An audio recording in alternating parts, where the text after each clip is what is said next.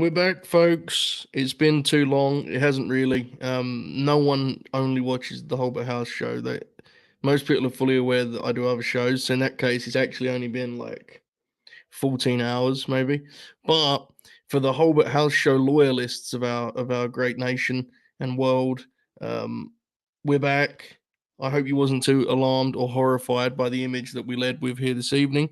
Um, incredible stuff. Having fun with these increasingly terrifying photoshops of my head, it's also the scale always changes, which I appreciate. But our thumbnail today brought to you by the great Six Star, myself in the role of Samoa Joe, the AEW World Champion. So good times, and I'm here to hang out for the next hour and 20, maybe. I don't want to run into.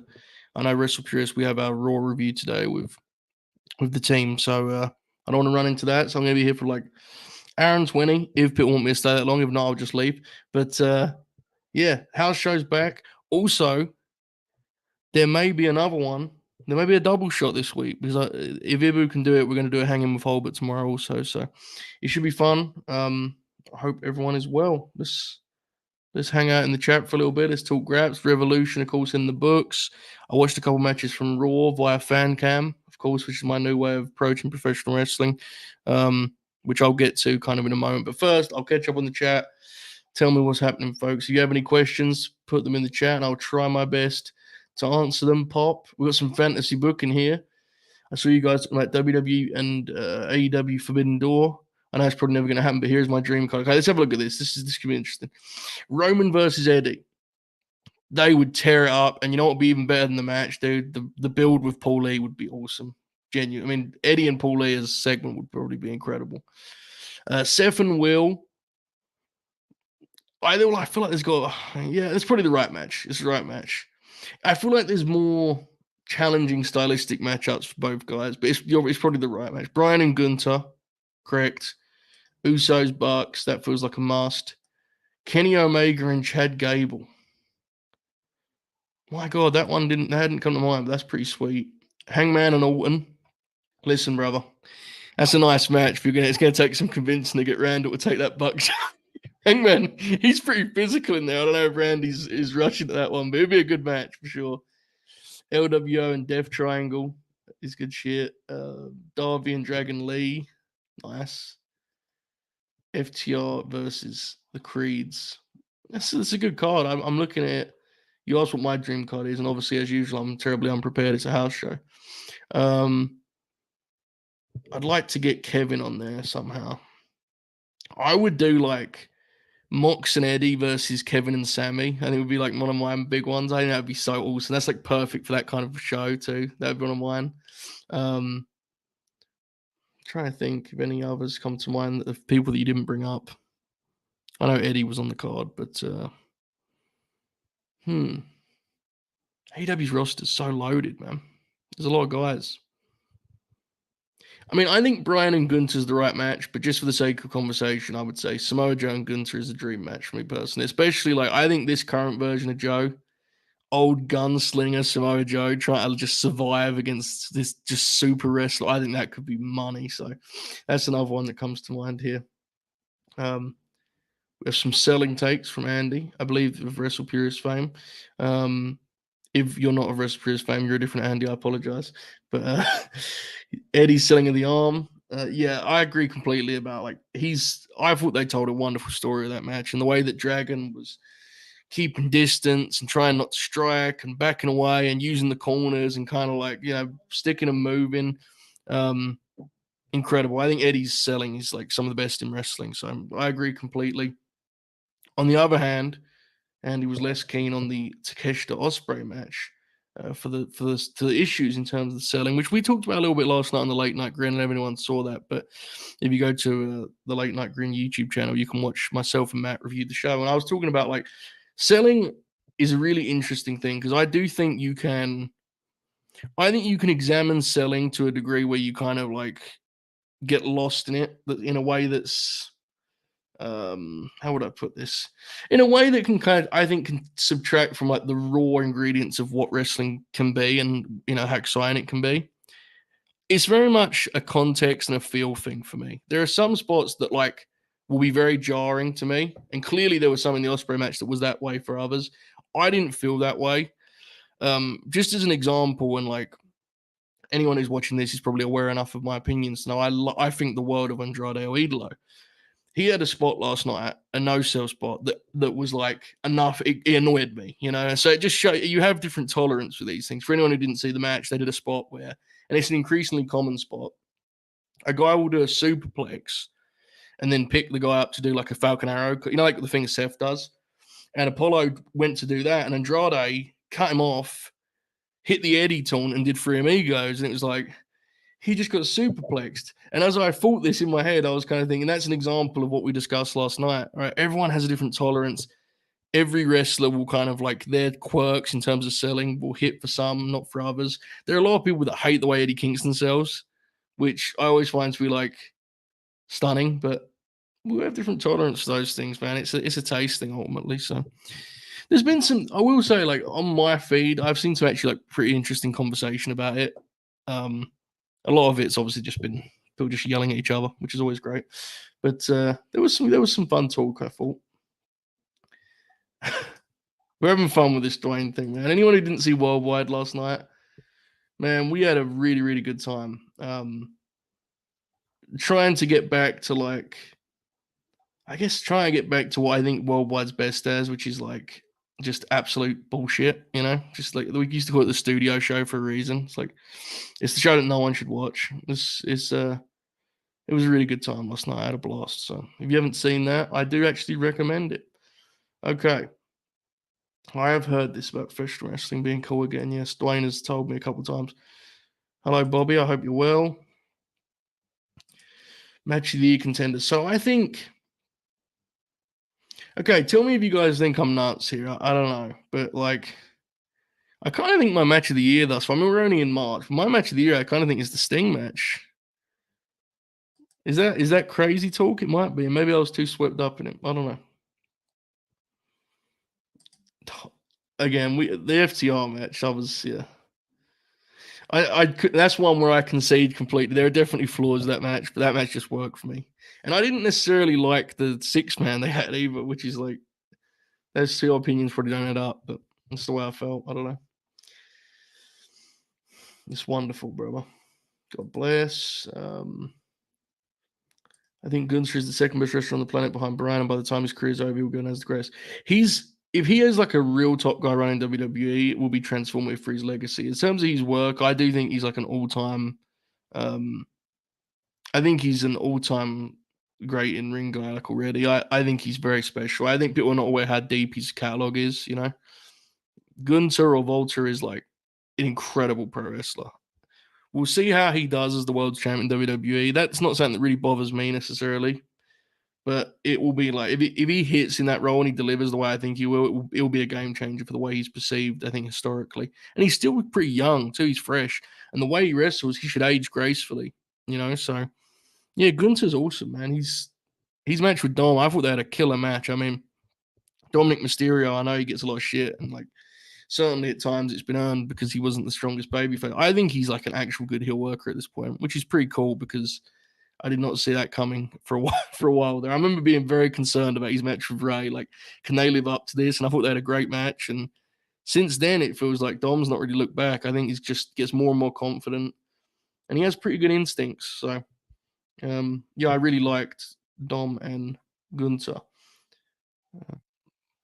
What else we got here? I appreciate this is awesome, man. I'm glad I'm helping people through the work day. I know it's like 1 p.m., right? 1 p.m. in the States. So like God bless. I hate to ask about this course, but I'm curious what your take is on the Ospreay to catch no sort of stuff. I know you asked this before I was talking about it, but yeah, I think it's case by case. In that particular spot, I like jumped to my feet on the hidden blade. I thought that was the spot of the match. The way the place came up, I thought that was the perfect choice for that point in the match. The one time I struggle with Ospreay in terms of the selling part is when he dedicates a part of the match to limb work that he doesn't really. It's not really to me. It's a waste because he's never going to sell it in a way that makes it worthwhile the investment. You know, Matches like last night, I'm happy to just buy a ticket on the adrenaline and these kind of freak athletes who can do crazy things. I'm fine with that personally. Now, I thought that was I thought him and Takeshita wrestled the right match. It was like the correct match for we're promoting this guy as the most spectacular wrestler on earth, this incredible free agent. So I thought it was the right match for that. And that is a heel I think I would happily die on.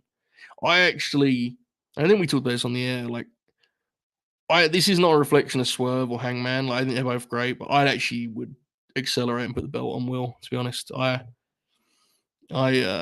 just think what he represents, I think, is the right choice to be their top guy right now. And I know that wouldn't be for everyone, and at times it probably wouldn't even be for me. But if I'm trying to be reasonable and objective and level-headed about these things, I'd have him beat Joe. I think they've got something special with him. I wouldn't want to let him. I want to strike while the iron's hot and let him really run with the ball. But we'll see what they do. I mean, he's obviously going to get treated really, favorably. It's clear they're thrilled to have him. So I'm not worried about his creative. I think I'd go the whole way and just fucking swing big. That's me. I don't know. I didn't answer your question at all, which is the correct way to do the Hulbert House show. Joe St. Louis allegedly finally getting an AEW pay-per-view. Can you please still set up so we get the Zoo with the Good Brothers? I think that'd be much tougher to pull off now, but that was, for anyone who's unaware, this was a trip we had planned in November 2021 when the Good Brothers were still like kind of around. I think actually at that point they'd even stopped pretty much, but still. There was this mythical trip to the Zoo that was planned with the NXT stars, Cole Anderson and Luke Doc Gallows. So it was good. I hope it was all is pretty well, man. It's a really interesting one. Like I know I'm way behind the chat, guys. I'm gonna try. I will try to see everything. Okay, so what was that? Yeah, no, I wanted to actually elaborate on this very briefly. I know we've got a lot of comments in the chat, but like, I'm actually in like a pretty good place, and like, luckily, I have a handful of friends in this space. Most pretentious thing anyone says when they create in the space. That's what we're doing right now. So, I've actually got like I'm in a pretty good place with that. I'm still figuring out my own role in it, and it's been different recently. Like I've been doing this now for, my good God, my first wrestling feature was over 7 years ago, which is deeply unfortunate, but it's true.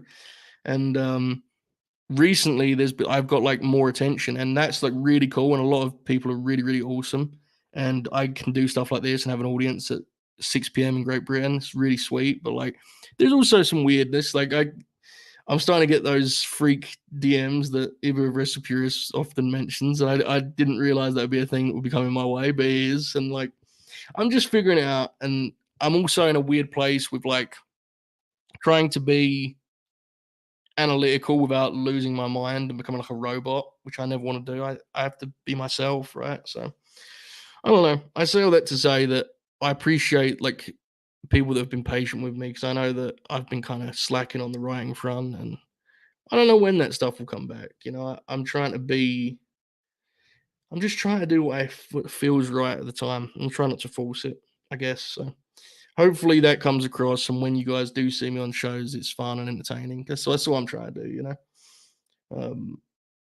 It's hanging with Hulbert, the Hulbert version of Sunday stuff. Yes, it is. Yeah, it's actually it's our like Saturday night's main event. If we're being real, that if it brings in a house, brother, he's a big star.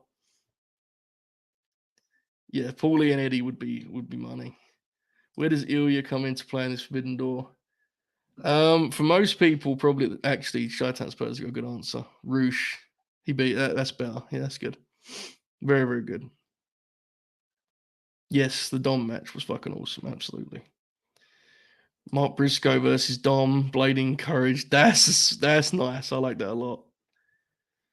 Found a playlist on YouTube with a bunch of fan cam videos from different years. See, this is what I'm talking about, bro. This is the influence I'm trying to have. That's real graps right there.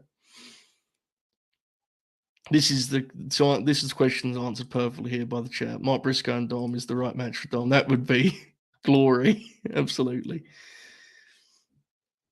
Takeshita and Braun running the ropes. Braun would be a nice guy to get in that game for sure. For sure. What matches from Raw have you seen? Lots of good wrestling this week. Those Jay Spears getting looser. Jay's got, Jay's really over, but he's got to chill a little bit. he's one of like you sometimes guys get over and they can, things get a little bit loose because they know they're going to get a reaction regardless. You got to be careful with that. I think an agent should probably rein him in a little bit. I've noticed his work is getting in like more and more loose, but it is what it is. The people love him. But I saw Dom and Gunter, and I also saw the Judgment Day Imperium tag, which Ibu recommended to me because he said that like it was an interesting match more than anything else, and it was interesting. They kind of was like trying to figure out the right direction for it. And they eventually settled on Judgment Day being babyface, which was very weird and funny, but actually kind of worked. The crowd was they were chanting "We want Mummy" at the start, and then Finn kind of got him on board with being a babyface. Like he was fighting from underneath and playing Ricky Morton, so it was cool to watch that. I like those kind of quirky things, and I'm a huge Finn Balor fan. I think he's like super underrated. At this point in the game, his work isn't very explosive, but I just think he's so smooth. The good pro shit is like borderline. It feels like you're like being backhanded compliment. I know it's lame at this point, but like he is actually like he's so versatile. If you just watch the way he can adjust his work to his role, I think he's brilliant. I'm a huge fan still, but yeah, I saw that. That was good. Have everyone on the WrestlePurists LNG roster, who would you have the best match with?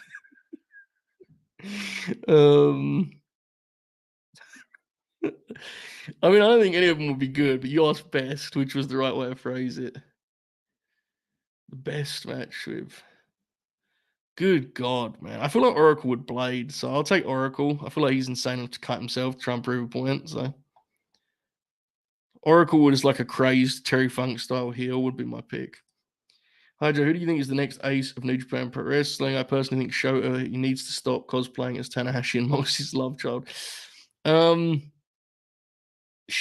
like Suji a lot because he's kind of weird. I think it's something to be said for being weird. But Shota's probably the right pick. I've discussed this before. I think like using Moxley as the way to like cement Shota is, I think that's the right thing. The Moxley kind of, Stan Hansen play that we discussed previously on one of these shows, or one of the 100 shows. Okay, how unfortunate was the 8-way scramble? It was quite unfortunate. It was like a WrestleMania weekend match. It was very funny. It wasn't funny, it was bad, but you know what I'm saying? It was like one of those matches, it's like a graphic, and then you start watching it and you go, oh yeah, that's what this is. It was very it was the full indie experience following Eddie and Brian with that. But yeah. Okay. Some Sting talk here. It was phenomenal. Yeah, man, and this is like a good example of where like I kind of am still wrestling the right way to be, analytical, whatever else, because Sting is a great case of it. Like you can dissect Sting's career and actually be kind of critical of it in a lot of ways. But sometimes I watch Sting and I just think that feels like a waste of everyone's time, doesn't it? Wouldn't it be better for us all just to agree he's awesome? And I think this last match was that way. Like, at one point they just kind of like walk around up to the stage and it's like kind of like a garbage plunder match. And if anyone else did it, would I care? Probably not. But it was fucking Sting doing it with the Young Bucks, Darby Allin, and it ruled, man. It packed a punch. They did this whole set piece with Steamboat and Flair, who like Flair's like anything he does physical now, it looks quite unfortunate. You could hear the referee yelling like, Rick, get in front of them on your knees, and they just had to super kick him where he was. He wasn't moving. So Steamboat, on the other hand, was ready to put a classic on, of course. But yeah, I don't know, man. The Sting thing, like, I wasn't being, it came across dramatic because it is dramatic, but I wasn't trying to be silly when I said it. Like, it was actually a moment where I kind of like, that's the way it's supposed to feel, beyond anything else. All the other stuff we talk about, and we talk about this story and that's, but like, how does it make you feel?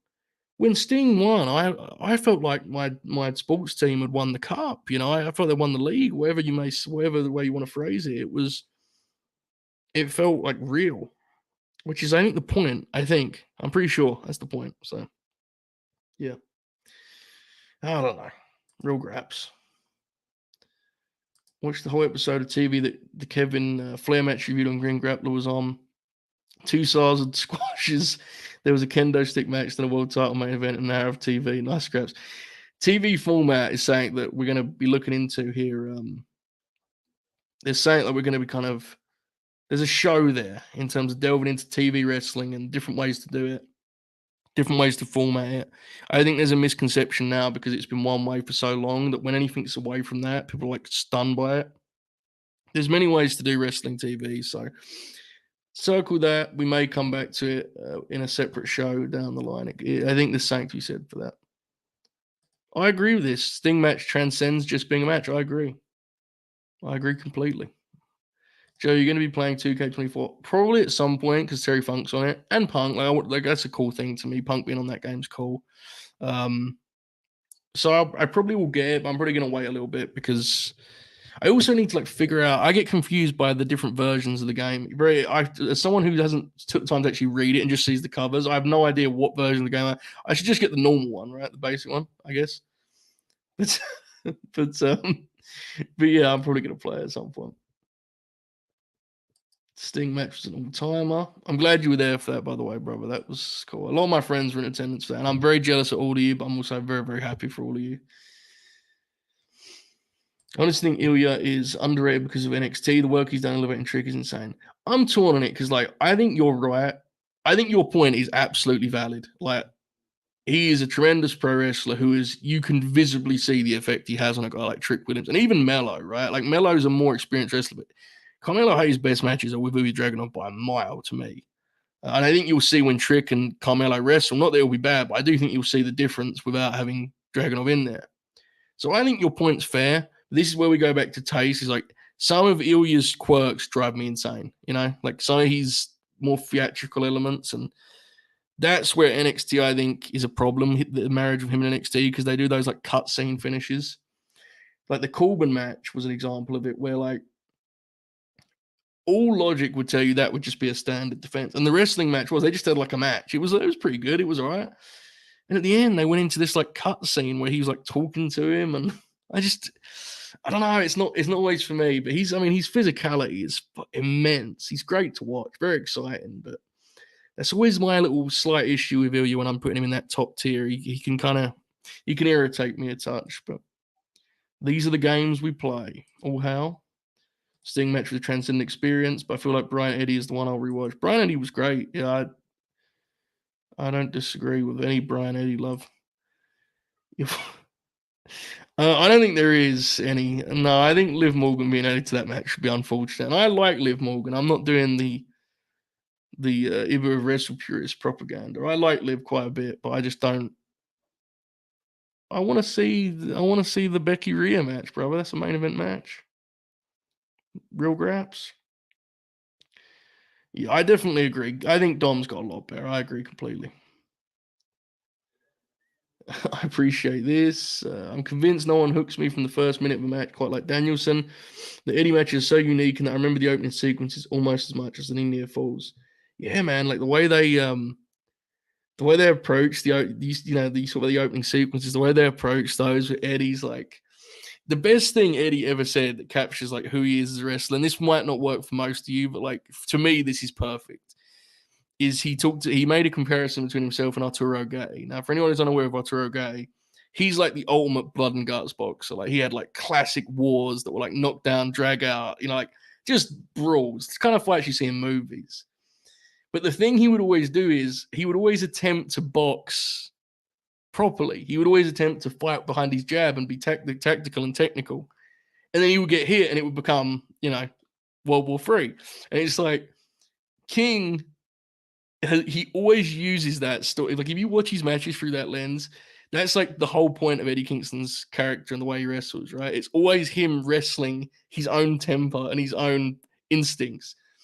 And the Bryan matches is like a kind of arc of him becoming a real world champion and wrestling like that and wrestling tactically and not letting Bryan get under his skin. So there's a lot of depth to those matches. I know the work itself isn't for everyone, which is fine, but that's like my kind of wrestling. Like I think you can really sink your teeth into that kind of storytelling. I think it's just wonderful stuff.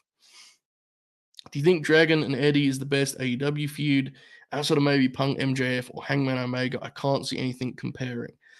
I think it's definitely in the conversation. It's a good question.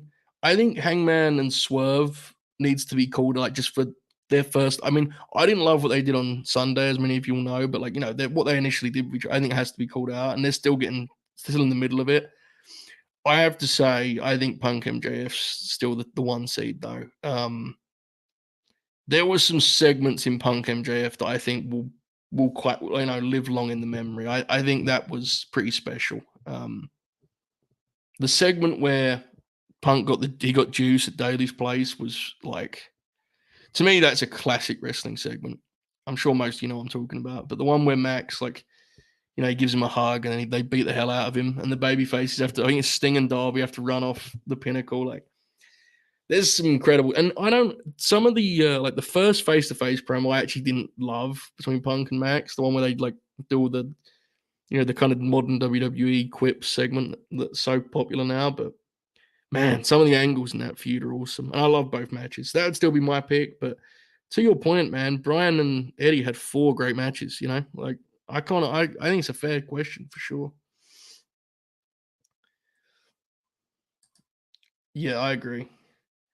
Finn's he's so versatile, man. It's one of those cases of what you need, what you kind of need on the roster. He can do it, right? He's so valuable in that way. What else we got here? Ospreay to catch for like a modern day version of Dynamite and Tiger Mask.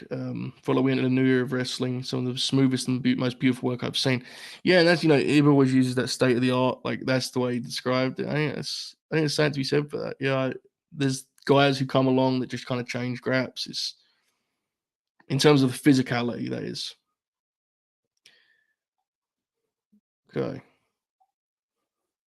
Kevin versus Suzuki. My God. That's an insane match. I don't know what that looks like.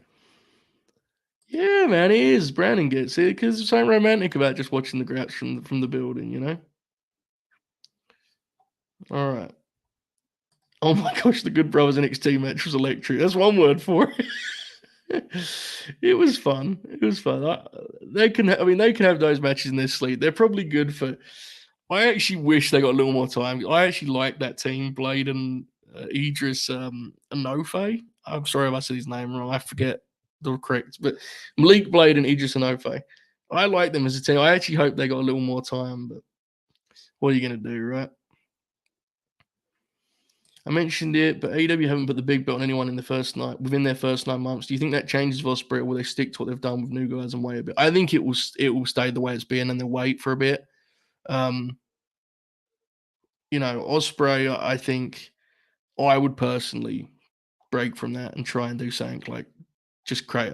I see this, man, and tell me I don't know what you guys think. I'll see your answers in about 20 minutes when I catch up with chat, but I see like clash of this kind of shootout with Samoa Joe and Will Ospreay, and I see it being like 13 to 15 minutes, and I think it could be like quite extraordinary, to be honest. The kind of match that starts with a hidden blade, like an absolute just knockout, just war, and Joe's got obviously the size and strength, but Ospreay's so much quicker, such explosive offense.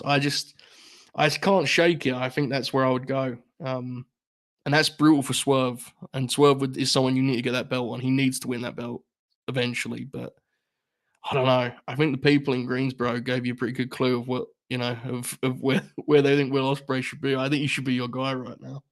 And again, I think you guys know that's not me. Like, I don't really have a preference in that regard. I'm actually probably more of a Swerve fan than a Will Ospreay fan. But if I'm just looking at it objectively, whether that means, yeah, there's something to be said for going in that direction, I think. I've heard this about Roman being the guy, yeah. I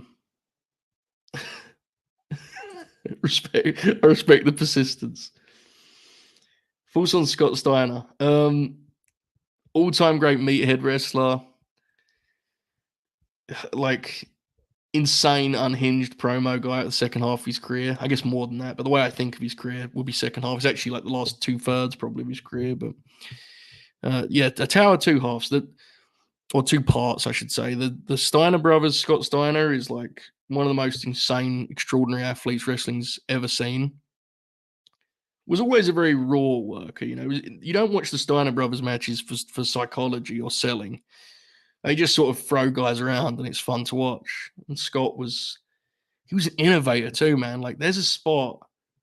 I don't know if anyone, I'm sure most of you guys have seen this, but like Scott used to do the deal where he would get a guy in like the power slam position and he did a moonsault.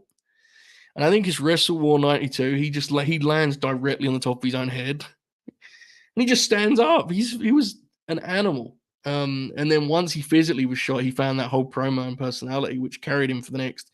I mean, he stayed on TV, God, 12, 13 years beyond when he physically really had much to offer. So, pretty unique case in that regard. These two different kind of wrestlers almost within one career, but a very fun wrestler for sure.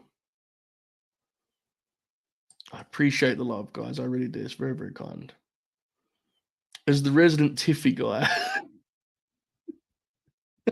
I must ask, what Forbidden Door match should pop you involving her? Tiffy, what can we do with Tiffy? This is a good question. I mean, maybe you just lean into everyone being mad all the time and do the Mariah May match, right? Do Tiffy, and that'd actually probably be a killer match, man. That'd be killer. They'd whack each other a lot. They'd be physical. They're both really athletic. Let's do that. Mariah May and Tiff Strat. 5 matches you'd recommend downloading for my 4-hour flight tomorrow. Damn. Okay. Let me try and throw some like weird shit out there. Bob Roode, AJ Styles, 2012 Impact TV match. Maybe May 2012. It's on YouTube. It's like 25 minutes. That's really good. I watched that the other day. Do Terry Funk and Tommy Dreamer versus Mick Foley and Adam Cope from ECW One Night Stand 2006, which I also just watched. Akeem and Big Boss Man versus the Hart Foundation. Fucking rules, trust me. 10 minutes, real graps. Paul White versus Meng, WCW Monday Nitro. Basically turns into a shoot fight. Goes like 4 minutes. Extraordinary match. And then maybe what will be a good main event for this card that I've prepared here? I'm trying to think if there's like a You know what's good is the I was just watching it before I came on here, the Randy Savage Ricky Steamboat TV matches. There's one in like November that most people I think are aware of, but like if you've only seen the WrestleMania match, that match is really slick. Or alternatively, you could do Brett and Savage from Saturday Night's Main Event, which we did on Green Grappler and has become like kind of a favorite of mine. I go back to that a lot. That's 2 Brett matches though. There's some matches there. I hope that helps. All right. And if you want one that's long, then do Jumbo and Terry Funk from the 70s. We got this one. Appreciate you, bro. Always pops when you took the clips of the show. It's very fun. Okay. I think we do a Judgment Day face turn after Mania. Maybe. I think Judgment Day might be slightly different, right? It feels like Priest feels like someone's going to move on at some point. You talking about Babyface Finn again, got me fired up. Any favorite matches? He's 2020, 2021 NXT title run doesn't get the love it deserves. I mean, you took the words out of my mouth. I think that's the best work of his career, actually. I think that in ring, I think that's the best he ever was. When he worked with O'Reilly and Dunn, it's a short run. Even look what he did with Karrion Kross. I think he was so good in that run. He actually did have a little bit of Brett to him. He was wrestling in this kind of. It was really interesting. And I don't know if people realize the context, but NXT's main event house style, we've gone in a certain direction. And I don't know if Finn's ever spoke about this, but he like actively tried to change it. And you can tell if you watch the matches, he really took things down a notch. They were in the PC. This is in the pandemic. And it's like, they got the crowds, but they're in the PC and it's not exactly electric in there. And he really took things back to basics and it was less theatrical and it had a real grit to it. It was really good stuff. But one of my favorite Finn matches, and this is no surprise, but I was just talking to someone about this actually earlier. Oracle and I have discussed it before. Samoa Joe and Finn Balor from London, TakeOver London, is like, I honestly think it's one of the most underrated matches either guy's career. Joe's NXT matches, very few of them are great. I like many of them because he's my guy, but he doesn't have him and Shin have good matches. They're not great. Their Finn rematch is trending really nicely, and then he gets busted open, and the referee gets scared, and they have to go home, whatever. But Takeover London, Joe and Finn is like, it feels like a real throwback. It has this wonderful feel in that building at Wembley Arena. It's a really, really great match. So that's another one I recommend for whoever was on the flight. God bless you. There's another one. Yes, Balor's awesome, absolutely. I've tried to pick and choose from WWE, but I'm really struggling with both their commentary teams right now. McAfee is beyond brutal, and Graves is ill-equipped to be a lead. Yeah, I'm like genuinely is part of why I'm doing the fan cam thing. I dressed it up as me being silly, but like I actually find it quite hard to deal with some of the way they present. I mean, I'm not a big fan of any wrestling announce team other than the Collision team. Hilariously, I know one member of that team didn't have a great weekend, but I actually really like them as a trio. Dynamite has like its moments for me. I don't know. Sometimes I like their commentary. Sometimes it drives me slightly nuts. But yeah, I definitely get your point. I heard this was good. Sammy and Ivar. What would a triple threat between you, AO, and Ibu look like? Like shit, probably. Already fantasy booking 2 pay-per-view cycle for you between the United Empire and the Patriarchy. The angle where Christian leaves Ospreay bloodied while all the arena boozing. My God. Christian's brain being given like the tools of a Will Ospreay would be a deadly combination. The match that he would come up with would be honestly perverse. It would be outrageous. I did not see Noam Dar and Charlie Dempsey. I like Charlie Dempsey. I think he's a good worker. Show has something special in him that the Ospreay match showcased. Man, I love that match. I never plug my shit, but if you ever read my review of that match, like I love that. Or watched, I think I did a video. It came up somewhere and I was on a show and I reviewed that match. That match is awesome, man. Shota and Will has like I can't remember specifically because there's a lot of wrestling, but it has these like clear transition points that I think are like really special. Do we think they'll do Dom and Andrade at Mania? I still think they might get added to some like Escobar Ray business. I'm not sure. They seem to be doing something in that regard, definitely. Yeah. Sting kicking out one was awesome, especially because that was a believable finish. Moxley should defeat Naito and then defeat Shota at Dominion, do a time limit draw at Forbidden Door, and then finally drop the title to him at Wrestle Kingdom. That would be insane. Yeah, I reckon to be honest, if he's going to win the belt, it'd probably be a shorter reign just because of like the political element to play there. But yeah, I think it would be really cool if he did win the belt. But I tried to avoid it because like, you know, I'm not someone who watches New Japan a lot, so I try not to have strong opinions because I know it drives people nuts to actually follow it. So from the outside looking in, my take is Moxley winning would be awesome, but I get that, you know, there's a lot more educated opinions on that, right? So, have you seen Bret Hart house show fan cams that Samantha lives for the sport?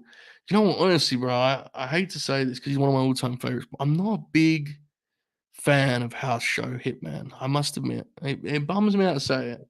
Took me a long time to accept that about myself. I think Bret, in a pay-per-view setting with a story to tell, is one of the greatest wrestlers ever. Hot take, right? I don't love, you know, cold Tuesday night in Stoke City, Bret Hart. Any football fans that might pop you.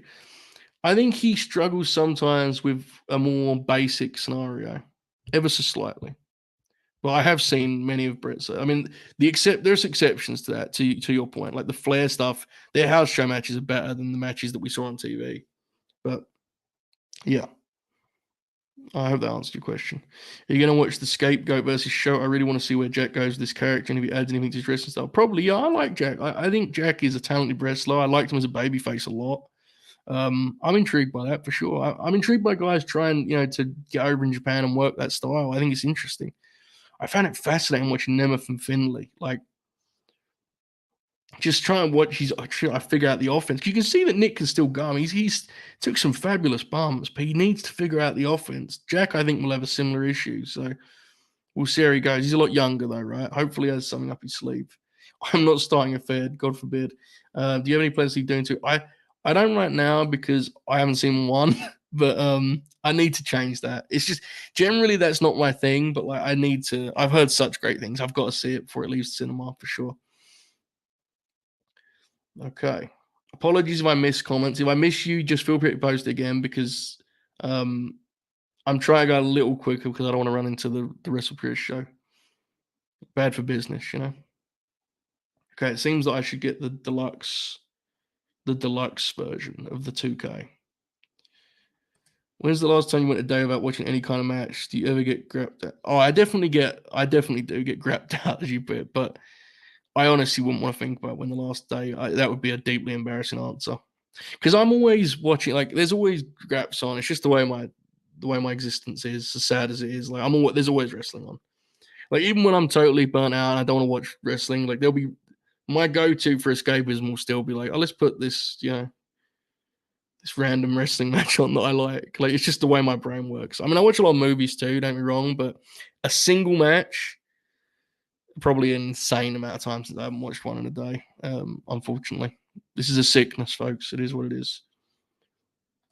I was thinking of saying, when was the last time a match considered an all-time a match of the year was followed up immediately by another all-time without the previous match tiring the crowd out? That would be a question for someone with a better memory than me. In Japan, it's like their crowds, I find, are much better at dealing with that, especially because the undercards build more gradually. So, like, if you look at Wrestle Kingdom 10, right, like, AJ and Shin did not in any way affect Okada and Tanahashi, right? Is like the first example that comes to mind. But in America, the US crowds are different. Like, I'm not sure. That's a great question. If anyone has an answer, please answer it in the chat. I have 2K24 and we're doing a JHP universe mode when DLC comes out. Who should the punker work first? The world title, Terry Funk or Carl Anderson? Carl Anderson. Build up to it, brother. Punk and Funk do not come out till May 15th. Okay, well, that gives me some time to not buy the game, then that's good. Yeah, Nigel was superb on Revolution. Absolutely superb. Is there a path to the World Championship for Darby Allin? I feel like he can't go from all of this Sting runs to TNT title before. I absolutely think there's a I think it should be a priority even. Can you imagine Will Ospreay versus Darby Allin? Like, I think him and Swerve is always something you go back to. That's like a natural thing. They have such a great dynamic. So yeah, I actually think he should win the world title at some point. He's, I think, one of their best workers, and I think by far their most reliable and consistent worker. Darby Allin's worst matches are still, they're super watchable, right? And he wrestles regularly. Like, yeah, I think he should win the world title for sure. Who does Okada work with first when he comes in? Because I've been thinking about it and really can't figure it out. I would circle this Ospreay Carl Fletcher match as an angle alert situation for Okada. That's not me scooping, folks. We all heard that this Wednesday was potentially the date for Okada. I think you may see a situation there where the Don Callis family puts the boots to Will and in comes Kazuchika Okada. That's what I think they may do, which would mean the first match would be some sort of all-star tag on Big Business, right? So him and Ospreay versus, Hobbs and Takeshita or Kyle and Takeshita, whichever works. That would be my pitch. I also think that may be what happens, but that'd be my pitch. It's going to be really challenging because you want to make this thing count. Okada is, Will Ospreay, his value is such that even if he just kind of floats around and wrestles guys on your roster, it will be like electric. To me, with Okada, you need to get the presentation right, and you need to frame him as like this kind of godlike figure because the audience is going to receive him that way. So you haven't got to do a lot of work in that regard. So it's going to be challenging, but that's my first instinctual response is an all-star tag alongside Ospreay, which I think would be a statement on Big Business when you're going to make another statement, pun intended. And yeah, that would be my direction. I see people criticizing WWE for not putting Brand in the Hall of Fame. Yeah, I don't know, man. That stuff's like, I think it's pretty clear they intend to like honor Bray's legacy. I think that's pretty apparent. I think he'll certainly be in there before long. I have no doubt. Okay, yeah. Seeing MJF and Punk in Chicago was an experience I'll remember forever. Yeah, that was was the 40-minute match. That was great. Great match. Love of the game, Tope. I hope you're well, brother. His title run wasn't great, as everyone knows, but when MJF is at his best, he's so good. I hope he gets back to that this year. Me too, man. He's he's very gifted pro wrestler. Very capable. It was. Punk and MJF was special for sure. All right. As I said, folks, if I miss stuff, I apologize. I'm trying to go a little quicker because I always forget people watch this. Do you think Eddie ever actually wins the world title at this point? I feel like it felt like a sure thing at one point, but I don't know anymore. Good question. I would lean towards no. Certainly is not impossible though, right? Like he could catch fire, especially if there's a heel that's the world's champion. I don't know who that would even be at this point, really. But like if you imagined a heel MJF as the world champ at one point, it was very feasible that Eddie would catch fire opposite him. I don't know who that would be at this juncture, but yeah, I think it's less likely. But I mean, he's not that he doesn't deserve it, but God, he's playing with house money at this point, right? I mean, good Lord, what a story! He's just won this series of Bryan Danielson. He's got 3 belts inexplicably. Like, as someone who remembers watching King sitting there on All Ego's High Spot show, talking about like I'm not going to quit because you never know, something might come up. There was a lot of people that was hoping Eddie would get a gig on TV. You would have, if you'd have predicted what's happened to that dude, you'd have come across insane. Like, it's so cool, man. So I don't think he's going to get the big belt, but I think it worked out okay, I guess, right, is my point. But yeah, I think it's more likely that they have Ospreay do a dream match at All In and then have him win the belt at Wrestle Dream. Maybe so. He's going to be in a big match regardless, right? That much goes for sure. My bad, I just got a message about that. I think Hangman Mox does get overlooked when it comes to best feuds in AEW. For me, it's the 3 seed behind Punk, MJF, and Hangman Omega. Yeah, Hangman and Mox, they had like 4 good matches. Well, a couple great matches, but they had 4 strong matches, right?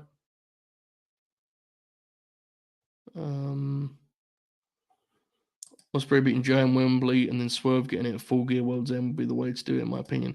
I don't know if Joe's can be around for that long, sadly. The big man, I think he's going to be going away a little bit soon to do the Twisted Metal gimmick. God bless him. Good for him. Okay. Did you see the Randy Orton A&E doc? It's very good. I did not. I want to watch it, though. I want to watch it. I think an Eddie Ospreay feud for Triple Crown would be super cool. They actually set that match up on a New Japan show where Will worked with like Homicide and Eddie was on commentary and Eddie got in the ring after and they had like this little moment and you felt like they were going. It just never came to be. So yeah, that match would be killer. I'd probably not do it for a while just because Will is like a natural babyface right now, but yeah, I would. It's an interesting one for sure. It'd be a great matchup. Okay, what else we got here? Factual. Scott's leg was fucked. You're right. Speaking of selling, I genuinely believe the first Naito match is Kenny's best and one of my favorite matches ever. The selling of the knee and its incorporation in the closing stretch was divine. I don't remember the match well enough to note the details. I know those 2 guys had incredible matches together, but yeah, like a lot of that stuff, that era like blends together for me, sadly. I have to rewatch it. Scott is very funny in the moment, Matthew, yes. He's very funny in TNA in general. Hi, Joe. How are you? I'm well, Anthony. How are you? What sort of send-off will Joe get when he retires? Good question. I don't know. It'd be interesting where he is at that point, right? Like, I think I don't know when his deal's up, but he feels like a guy, if he can stay healthy, he's probably going to get paid like a hilarious amount of money whenever his deal's up because he's probably going to be able to have a bidding war at like 46 years old, which I don't think anyone saw coming, but that will shape it, right? Like, if he's still an AEW guy when he's going to retire, then I think he'll get treated really, really gracefully because I think it's pretty obvious breaking news. Tony Khan's a big fan. But I think he get treated well elsewhere too if Triple H is still in power because he's equally a big fan. Maybe he doesn't have the tapes, but he was clearly a big Samoa Joe guy. So pretty good time to be a Samoa Joe fan, I guess is my point. Hopefully he's healthy enough to like do it on his own terms. That's the main thing, right? Joe had a lot of injury problems for a while. He's been good in AEW, thankfully, but at his age, like and the wear and tear, you're always one way from it kind of being in trouble. So I just hope he stays healthy and keeps enjoying it. I think it's very apparent that like Joe is just having a blast, man. He's someone who I don't think he takes for granted. He really tries to enjoy it, which is I think makes it fun to watch. So yeah, it'll be interesting for sure. Hopefully it's cool. Have you seen Paul White and Joanna Haystacks? I have. Yeah, great match. Does Shingo versus Danielson at Forbidden Door move you? Yes, bro, absolutely it does. Shingo Takagi and Brian Danielson? Yes, sir. Which War Games match do you prefer between 91 and 92? I feel like 91 is a better all-out war feel, but 92 really does the cinematic parts very well. Yeah, I think 92 improves on 91. 91 is awesome and should actually get more love historically, but um, 92 I just think is like it takes the things that match does well and improves upon them, and then it adds those kind of cinematic touches, as you put it, like Nikita spot and yeah, I just also the Dangerous Alliance is just an all-time great. Like what an act, man! Good God, the talent in that group is insane. All right, folks, we've got another 20 minutes or so. We actually got a little bit longer. We're okay. What are your thoughts on? Sorry, I didn't mean to do this. How would you use Tamatonga in WWE? Put him in the bloodline, keep him away. I'd keep him away from the bloodline. I don't actually know what I would do him. I like Tamer as a talent. I just don't know where he fits necessarily. But like he can be a good baby face. I just the bloodline thing I think would be a stretch to be honest. Especially if there's another guy who's coming in who's like the most obvious fit there ever. Tamer, I don't know. I'm trying. I mean, I was gonna say put him in a tag team with someone, but then you poor old Tangaloa is not gonna get the call, I assume. It's a weird one. I think he's a good talent, but I actually thought he made more sense being like a top guy for TNA or someone. And I know usually when people say that they mean it as a dunk, but I actually don't. Like I thought Tamil would actually be like a pretty good fit as like a real player for TNA. In WWE, I have no idea what that looks like, but apparently it was close to happening like last year. So they might. I mean, maybe it's the bloodline thing. They must have something up their sleeve. What are your thoughts on Ospreay, Swerve, Hangman, Orange, Garcia, Okada, and Takeshita in push to the future of AEW? Anyone else who deserves to be in the conversation? Ospreay, Swerve, Hangman. Orange and Okada are the two older gentlemen in that group. I mean, not that they're old, but Okada's I think physically is pretty beat up. So that's the only thing I would say about the future. Like, I think Okada's someone you want to go right away, do what you want to do with him. Again, not that he's going to retire anytime soon. He just, if you watch him wrestle, you can tell he's pretty beat up, understandably. Orange, I think, is fresher, but I mean, Max has to look. Max, I understand he's become polarizing, but he has to be in the conversation, right? Darby, I think, is one too. But I mean, it's a great talent pool, absolutely. Some Finn Balor talk. Yeah, fair. The dark bits definitely they can shape for AEW Dynamite commentary for sure. How would you book the tag team tournament? The way I would book the tag team tournament would upset everyone because it'd probably be like an FTR vehicle, which would drive everyone nuts. But that's what I would do. I mean, there's other factors at play with the FTR, so I'm going to leave that there. But I would like to see them wrestle with the Blackpool Combat Club again, personally. But a lot of people fucking hated that match. So, what are you going to do? I'd probably do some FTR BCC stuff in there. But yeah, I'm really excited for it, though. Like, seriously, I think it's going to be awesome. How much is Punk's Hall of Fame induction speech for Paulie going to put? Oh, it's going to be incredible. Yeah, it's going to be just absolute horseshit. Real graps. Just two blokes just talking, just lying for the sake of the game. That's what it's all about, brother. Do you think they should stake the tag belts? Yeah, they should. You're right. Yeah, you could call. Do you think they stuck the tag belts on Kabuki Warriors to force Alex to watch all three shows? I think you're right. He's pretty prolific with that too. He's always aware. It's very impressive. How many feuds do you think Punk has left in him? I don't know. I just hope he can stay healthy. Like I have no interest in retiring guys, or I hate the injury prone thing. I hate because I just think it has like horrible connotations. But like at this point, it's hard. Like Punk's really been. He can tell it's wearing on him too. It's a shame. It is a shame because he's clearly got the bug back. I think it was pretty obvious that 2023 Punk was not the same as the way he was the year before. You know, that injury affected him, and now another injury. It's like, I don't know. I really hope that he can close this thing out in a way that is like satisfying to him. I mean, as a fan, I'd like to see it, but like for him, I just think it'd be cool if he could do that. So hopefully, he has a couple, man. Hopefully, he can do Mania again, if nothing else. You know, that's like the main thing I think. But yeah, hopefully he's doing well because I know the injuries can. I mean, I think the injury in AEW is a big part of why things changed. I think that like fucked him up. You know, it's a tough game, the old professional wrestling. So hopefully he's well. Yeah, man, it's a sickness. I should really not put on pro wrestling when I'm sick of pro wrestling. There's so many versions of pro wrestling, right? Like it's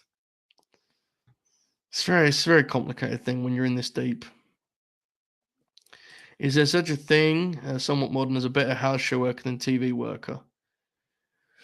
In modern times, not really, because the idea of a house show worker is kind of a lost art.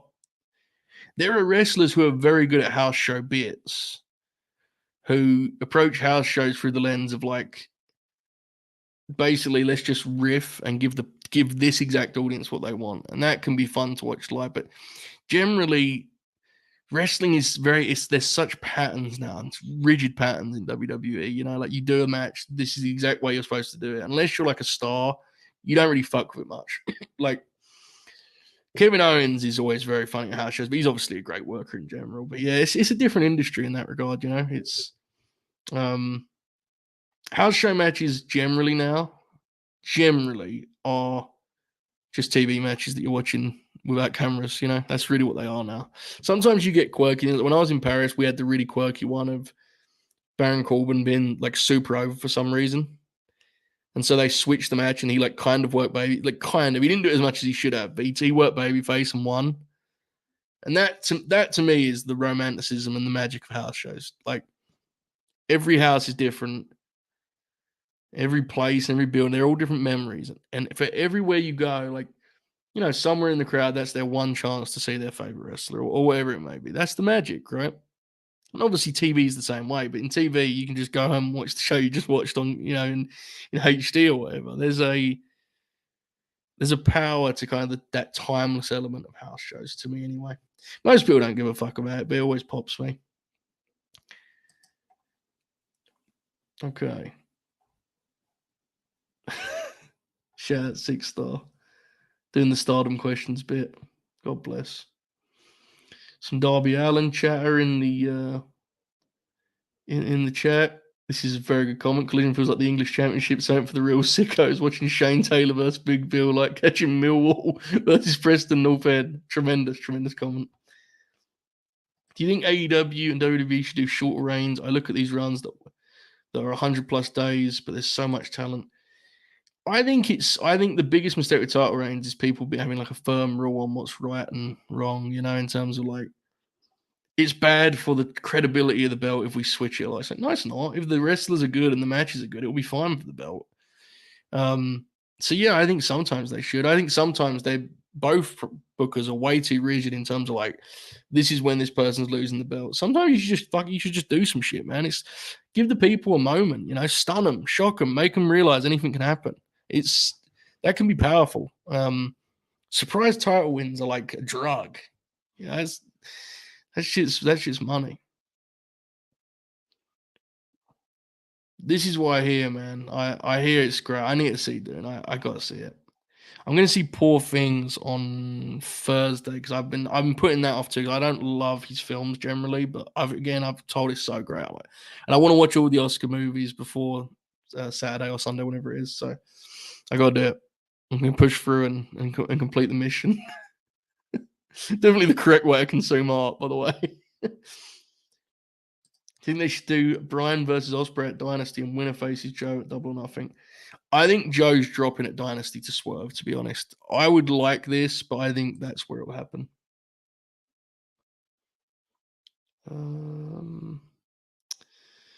JF Chow. I weirdly find myself quite invested in this Mercedes run. What are the best and worst case outcomes for her overall team? I think the best case is main events of pay-per-views, right? I think she's obviously more than capable as a star and a worker, right? So that's the best case is anytime she's on a pay-per-view card, you get that match to the point where it could main event the show. That's the goal. And they have the talent, I think, to do that. Like I think that's a matter of promoting correctly and building correctly. So that's the best case. The worst case, creatively, the worst case is that her star, in fact, just kind of folds into what the division currently is. Because look, we have to be real, the division's made strides and got better, but it's still like that match on Sunday felt like a total afterthought, unfortunately, you know? So the worst case is she just kind of becomes a piece of that, which, while unlikely, you know, if she's not treated the way she should be, it can happen, right? It's creative's huge for this. The more theatrical answer to that is there's definitely some worst case scenarios where that is just not a marriage that works, right? There's definitely some quirks to being in AEW that are they're great for some people, and other people are not so keen. I think it's fair. I don't think I'm breaking any news there at this point. You never know what personality is going to fit better. Like, obviously, they're clearly trying to like make it best they can for. They've hired I forget the lady's name, but they've hired the writer that Mercedes is friends with. They obviously want to make her comfortable and kind of roll out the red carpet as they should. But there is a chance she just doesn't like it there. I mean, that's always possible. Hopefully it works out. I think wrestling would be way better for Mercedes being killer in AEW and having this like electric top gal run. You know, I think it'd be so cool. So, and it would be good for the women across the industry because like the top women in WWE that maybe aren't satisfied with their creative would then have like a clear jumping spot like that somewhere I could go and work with Mercedes. You know, it would be a lot more enticing. So I'm really hopeful, and I'm like you, I'm really invested too. Hopefully it goes great. Should Mercedes beat Tony on her first night? Yes or yes? Yeah, man. I would not be waiting too long on that for sure. Definitely not. Certainly not. I think get the belt on her quickly. They may have been asking about me retiring. I don't know. My farewell match would probably be pretty bad though, right?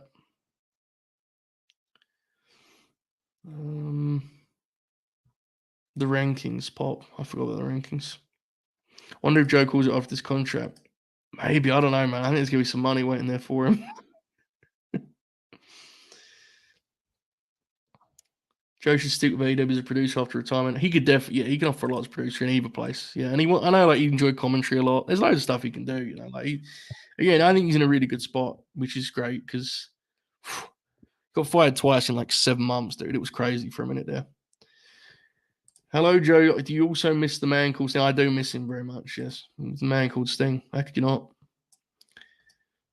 How would you book the Good Brothers retirement tour? Oh my god, incredible question.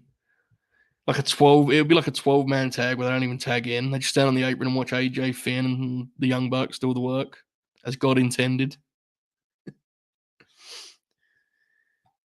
Okada versus Joe has to happen on Big Business. I don't know why, but it does. Yeah, that would be a moment. They actually wrestled in like almost like New Jersey. They wrestled on like an indie in 2011 when Okada was in the States. Like before he was Okada, you know, when he was just like a young boy.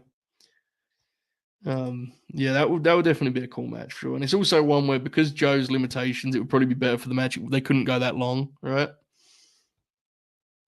How excited are you for the Braun and Corbin versus Good Brothers match? Can't lie, it might be the top 3 anticipated Mania weekend match. I'm with you. I'm actually really excited too. I'm actually a little bit embarrassed by how excited I am. It's I think it might be like actually good, not just pretend good. But even if it's pretend good, God bless, we can rock with that. You know, I think that Corbin and Braun team is awesome, dude. It's a real throwback. It reminds me of like a World Tag League team, you know. FTR versus Gates Wagner. Okay, so for anyone who's not aware of Late Night Grin Law, which you probably aren't commenting this, like there was a match they had on Battle of the Belts in 2022. And we were doing a watch along, and this was when Battle of the Belts was after Rampage. So I had watched SmackDown, Rampage, and that Battle of the Belts was on, and we were doing a watch along. At first, it was like me and one other person. By the end, there was like 8 of us watching this show together. And FTR Gates Wagner comes on, and we are like, we're jumping up and down like it's FTR Briscoes. Like, we're like popping huge. We can't this incredible match. We're pumping our fists. We're rocking and rolling. And the match ends, and we're all talking about this great match. And we realized afterwards that no one else in the world thought it was a great match. And in fact, I think it has like a 5 on Cage Match or some shit. But we all just couldn't. We got so excited. It was like 5 a.m. for me and midnight for the States or whatever. We just declared this is actually great. So yes, FTR Gates of Agony will be special. You're correct. Even if for the exact reasons I just described happening again. That is a very memorable LNG moment. The video would be if you go to latenightgrin.com, I guess it would be under like AEW Grin Alongs, I guess would be what it'd be. But yeah, it was very, very fun. Very, very fun. There's some punk feuds, Seth, Drew, Roman, Cody. Yeah, I'd love the KO one too, man. I think the KO one would actually be like incredible. I gave this some shout earlier. Here we go, expert gaming. That's what I was talking to about Joe and Finn. Gave that some love earlier. Awesome match. With Okada and Ospreay and MJF and Kenny returning, are you worried for Jay White? I'm not worried necessarily, but I definitely think he's going to be a guy who's kind of slotted. I don't think it will be a slot as low as like what he's doing now, but I don't think he's going to be like a consistent main event guy there. I've said all along, I think he's going to be an upper mid card heel, and people thought I was saying that to be like, dramatic. Just the way I see him being there. I like him more than that. A lot of people like him less than that. I think that's where he'll eventually end up. He'll just kind of be a guy that can heat up for main events on occasion, but I don't think he's someone. Hopefully, I'm wrong, but I don't think he's someone that's going to main event pay per views regularly. I don't. If two other Bucks winning the tournament would make me mad and feel like a waste of time, this is what I'm saying, bro. Exactly. This is why I'm doing it. Make the masses mad. Pulling for a top flight upset or a BCC win, so Mox can at least have something new to do. I don't. I. You're right, but like the BCC, I'm done with the BCC thing, man. I enjoy their matches, but I just have no interest in it as an act. Unfortunately, I think the world of all of them as individuals, but I just think there's nothing interesting to them to me. It bums me out because I'm such a big fan of them individually. But you're definitely the consensus. My booking of the tag tournament will drive people nuts, but you get what you get, I suppose. There you go. Cope, Foley, Funk Dreamer, real grabs. Are there any wrestlers of yesteryear that you've never really gotten? Great question. I've never really got. See, I don't want to put myself over, but I can be pretty good at like I can understand the appeal of folks that I don't really like care about. So while I've never really gone, but I'll give you some examples of guys that are really popular that I wouldn't say I'm like a fan of. Like there's definitely an archetype. If you take a guy like Jeff Hardy or like Rob Van Dam, you take that archetype of it. Like I've never been able to like care myself. Now, again, I get it in that I fully understand why people like Jeff Hardy or why people like Rob Van Dam or liked in some cases on one of those. But like that particular type of wrestler is just never really. That's not really my thing. I'm too much of a fundamentals pervert. It's like that's my curse, right? But yeah, there's a couple names that I'm not a big fan of. But again, I still get it. Never really got on it. I'd struggle to come up with one that's like considered a great that I don't at least understand. I hope that was my answer made sense, but yeah, there's a couple names I'm not a huge fan of, I guess. Alex and I have fun with the Van Dam thing. Van Dam's a really fun one in the like he's obviously beast, but like a lot of the things that folks criticize some of these modern wrestlers for is like it's totally what people said about Van Dam, examining selling and discuss like come on, dude. Bob Van Dam, he wasn't a psychological expert, he was just cool, which is fine, but you get what you get. Okay. Yeah, Roman, I'm sure. Roman and Sammy in the house show, I'm sure that was great. I have no doubt. Yeah, I've seen this actually. When I've been doing some match cards, I've looked up before like, how many times these guys have wrestled, and you've been able to see that NXT have run them on house shows. It's smart, man. Get them practice. I agree. Punk and Co would be awesome. Smart Joe should keep the title until he retires or AEW folds or he gets bored of it like the Ring of Honor TV title. Do you remember that visual when he laid the belt down? They took that camera shot over the belt. Fucking ruled. Some poor things praise. Dude, the holdovers is incredible. The holdovers is absolutely superb. Just wonderful. Like such a touching, moving film, man. Like one of those ones when I rewatched it, I was wondering if it would like hit the same way and like, oh my god, it kicked the shit out of me. But it's not like it's emotional, but it's not like it's weirdly uplifting. It will make sense when you watch it. I'm not gonna spoil the holdovers, God forbid, but it's just a fabulous film. Definitely my favorite 2023 film. Again, I haven't seen Poor Things yet, but it's definitely my favorite thus far. I've been thinking about who takes over star ratings after Meltzer. I think I'm in too deep. Definitely in too deep. I could have told you that just for the fact you're in the comment section for a show called The Hulbert House Show. So don't worry about it. Yeah, I don't know. I mean, maybe no one does. Maybe it's over. Brian probably will, right? I guess. Probably. I'd imagine it'd be Brian. Okay. Do you think people worry about ticket sales too much rather than enjoying wrestling? I understand if your job is to talk about. I think like it can be interesting, right, to kind of look at what draws and what doesn't. But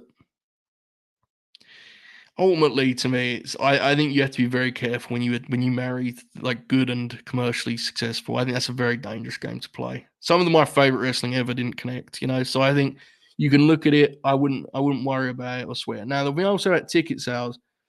Ratings is one thing. Ticket sales is more important in that the atmosphere for a show does matter to me. You know, like it was nice to go into Revolution knowing that was going to be a packed house. So I think it can be interesting. I think it's going to be fun to look at what gets the people to pay their money and whatever. But it isn't saying that I try my absolute best. I never think you should marry that to like this isn't good. It didn't draw. Like I think that's a very dangerous game to play personally. But is Wheeler Yuta cooked if Sheamus comes in? Maybe I don't know. I kind of forgot the Sheamus thing. Do we have any updates on that? Tell me in the chat. Joe, can I please have some Terry Funk recommendation? Want to add 70s, 80s, 90s grizzle side to my fandom. So, cheap plug, but we did a Grim Grappler show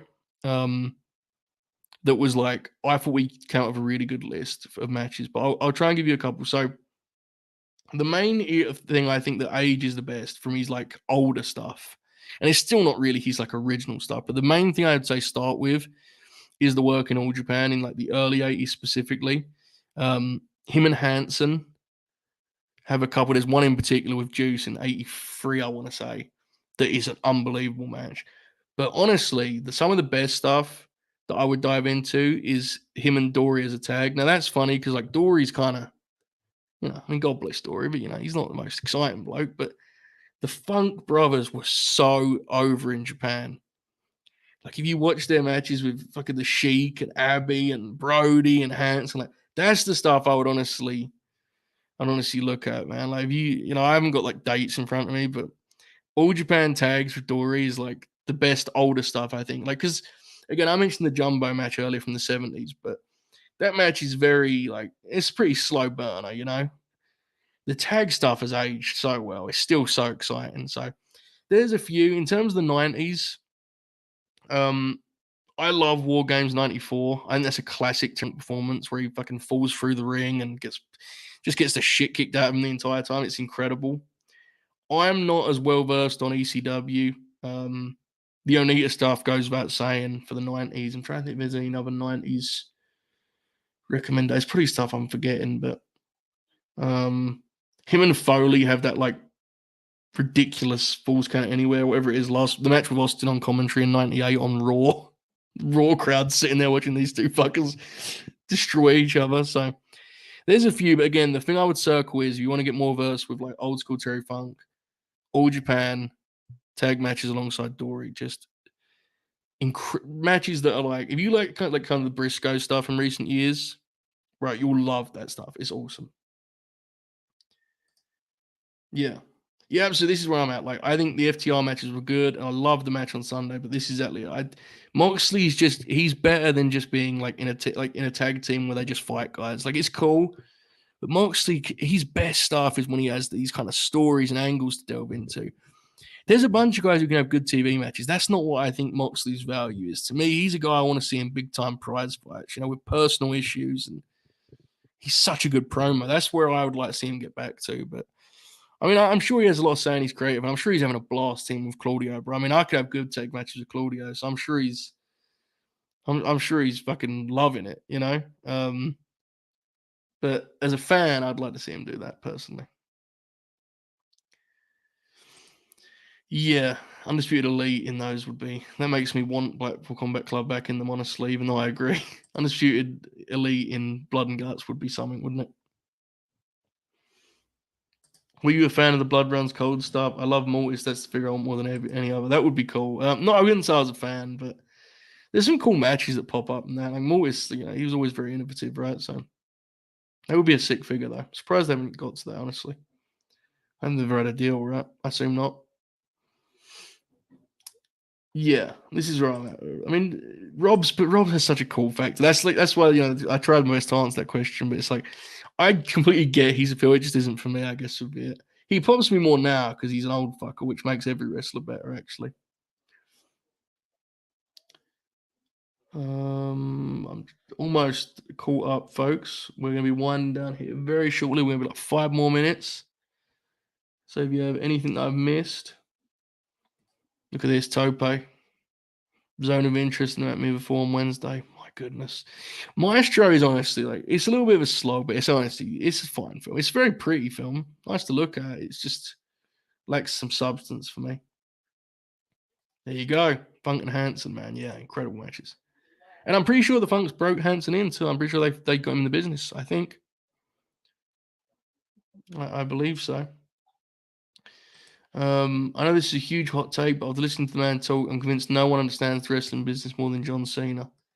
He's done like an interview, right? I think I didn't. Yeah, I actually haven't really seen him talk about it a lot, like the psychology and stuff. So it's interesting. Though. I'm gonna have to watch that. I know John has not had his finest hour in recent interviews, but wrestlers in it, they fucking suck. What do you want to do? Yeah, War Games '94 is. People give it shit because there's no blood, but War Games '94 is awesome. It's such a hoot. Yeah, this is fair. Like, if the Blackpool Combat Club was a more like focused direction, it would definitely be more tolerable. But it just feels like a waste of great talent to me. It's just waste is too strong because they're having great matches, but it feels like they're all lesser than what they'd be on their own. It's even Claudio. I feel that way. Like he's.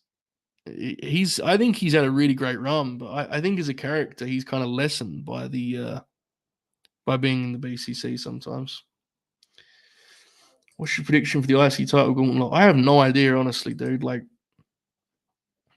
Sammy kind of needs. I don't know what Sammy's doing on the card right now. Sammy or Gable, right? That's the two. I don't know who's going to win between those. It'd be very interesting. Here's another good funk call out. The empty arena business with Jerry Lawler. That goes without saying. Good call. All right, folks. I think we're going to call it there. If you've got a couple more minutes here, if you have any last questions that I missed, I'll try my best to get to them. If not, as I said, maybe tomorrow, if Ibu can do it, we're going to do Hanging with Hulbert. So a little double shot here at the house show. Everyone, please do go head over to the Wrestle Purist. Once we're done here, they'll be reviewing Raw, which should be cool. Raw was pretty good. From what I saw, it was good, and I heard the other things were good too. So it should be fun. As I've said a million times at this point, LNG 100, we're 10 days away. Also, if you're a grinner, if you're someone, and you could have started watching Late Night Grinner episode 1, you could have started episode 94. It doesn't matter to me. If you're someone who watches our stuff and likes it, I'm trying to get the community involved and get them on the show. I think it'd be really cool to feature the folks that have supported the show. So if you have a message that you'd like to be on the Late Night Grin 100, whether it be a video message the few folks will be appearing by video message, you could do the same, or you could just send it in text, and I'm going to find a way to have those represented on the screen. You can just DM me that. That's like saying that I'm trying to feature, because we're going to have some clips from yesteryear. We're going to have some friends of the show sending in messages. But I'd like to see you guys get involved too, because the community is a huge part of the Late Night Grin. So that'll be March 15th. You still have a week or so to do that. There's no rush. There will be a big surprise. There will be a major announcement. It's going to be very, very cool. What else do I need to push? Tomorrow, as I said, Hanging on Hulbert. Thursday, there'll be the Dynamite review. And yeah, I don't know. I think that's everything. We'll see. Maybe something else will pop up. All right. I appreciate you guys. This was very, very fun. Nice house today for a ridiculous timed afternoon program about professional wrestling. Here is the way we started, and here is how we're going to end, folks. The new closing line, I've discussed it with our friend JJ. We've locked it in. Our outro now, folks. Thanks for the house.